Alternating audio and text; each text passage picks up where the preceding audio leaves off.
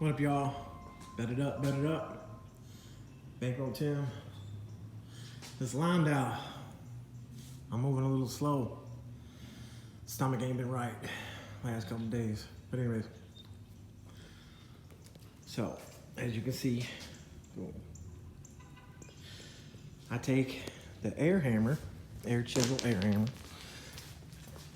with a hammer bit on it, and I hit the frame all the way around, underneath, on the rails, everything. I break all the debris loose. I take the outer frame right here, scuff it, grind it, whatever, with a soft wheel. I take a scuff pad in the wheel wells, scuff it, and I paint it. I paint it with a spray can, and it comes out looking like, you know, how that front be looking.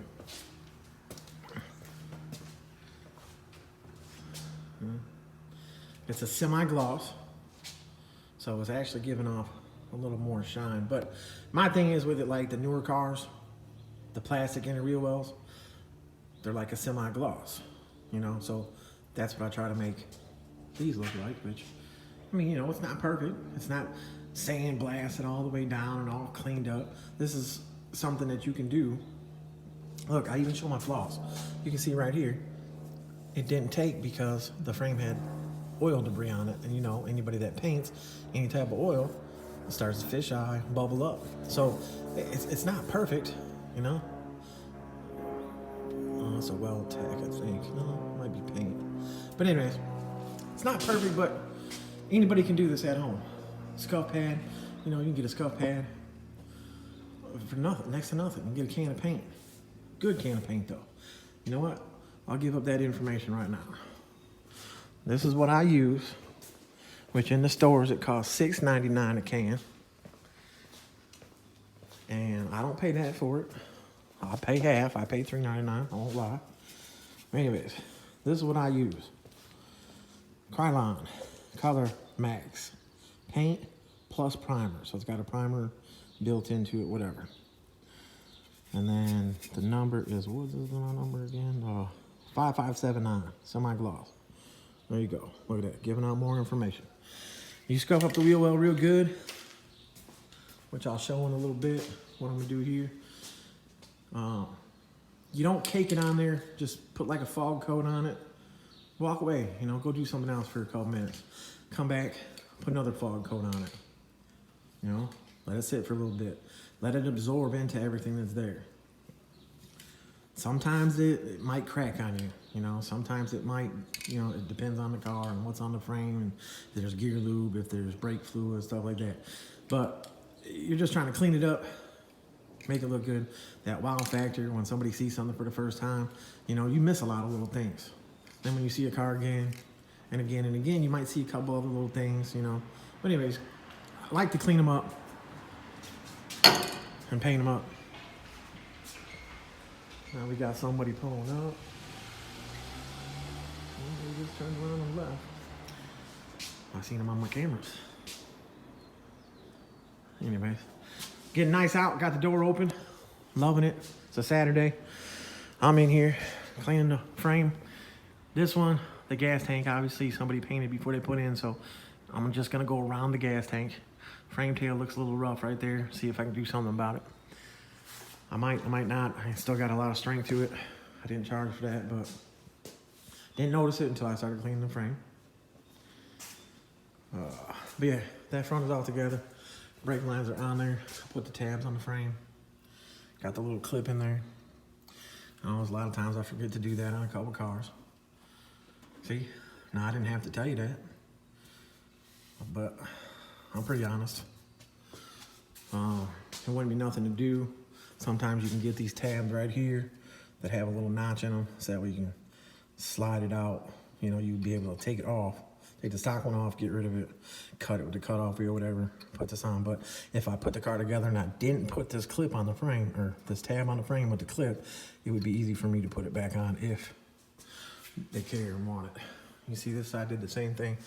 This side was real heavy with an oil substance from something, maybe the power steering, something. But I cleaned it up, but yet it's a paint. Ran on me, but I was rushing. So if I would have slowed down, it probably would have took better. But it's still, it's smooth. It doesn't come off. All the inner up there. Like I said, this inner is not even attached. And I cut it up higher than I normally do because it was crushed right here from when the wheel came off. The stock wheel came off and went up in there. That's why the car, again, that's why the car has this fender and this door on it, because the wheel crushed all of this, which it's not even totally out there. So it's going back to the paint shop and they're doing whatever with it. So yeah, that's what's going on with the Landau. Bet it up, bet it up, bet it up. There's the number. Text is the best way to get a hold of me. And like I said, I might not answer back right away. Might be a day or two. It might be 2 o'clock in the morning. I'll answer back. Let me know what you got, what you want to do, size wheels, lip, stuff like that. This thing's still sitting here. My nephew, my brother gotta, you know, get this thing out of here. I just set the wheels underneath there. They're for the Landau. You know, that old school look. Not.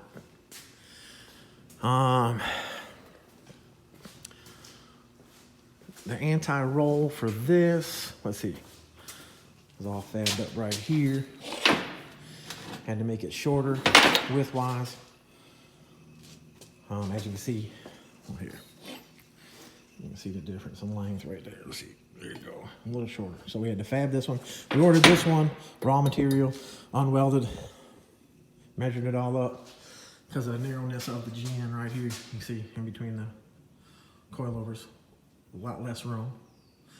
So fab that one up.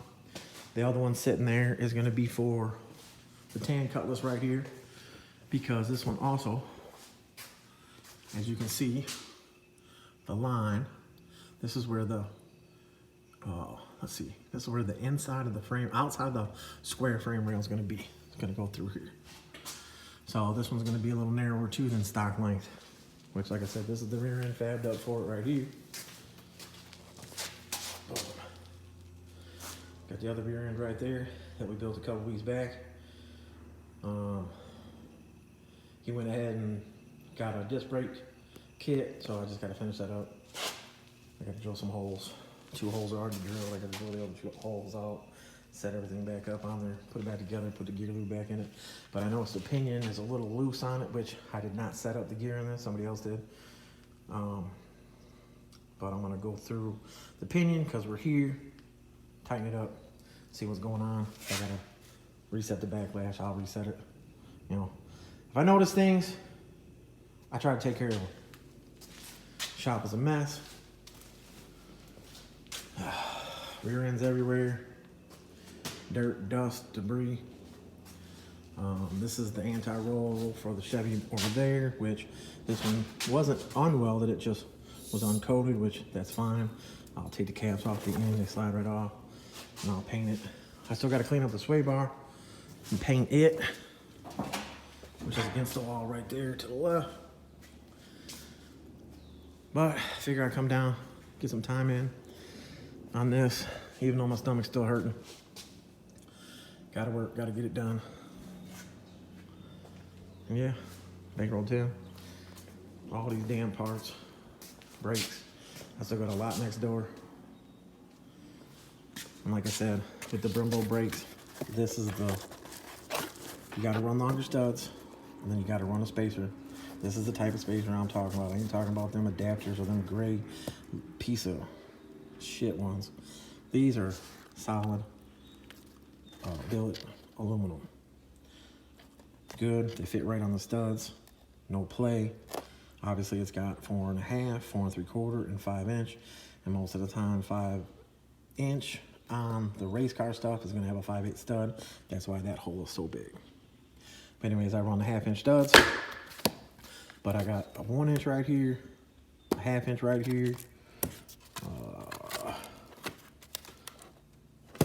I gotta get some 3/4 because depending on how this rear end's gonna sit, and I think it's 3/4 is what I need for the space for the back of the rim to clear the caliper. I think it's 3/4 or 1 inch.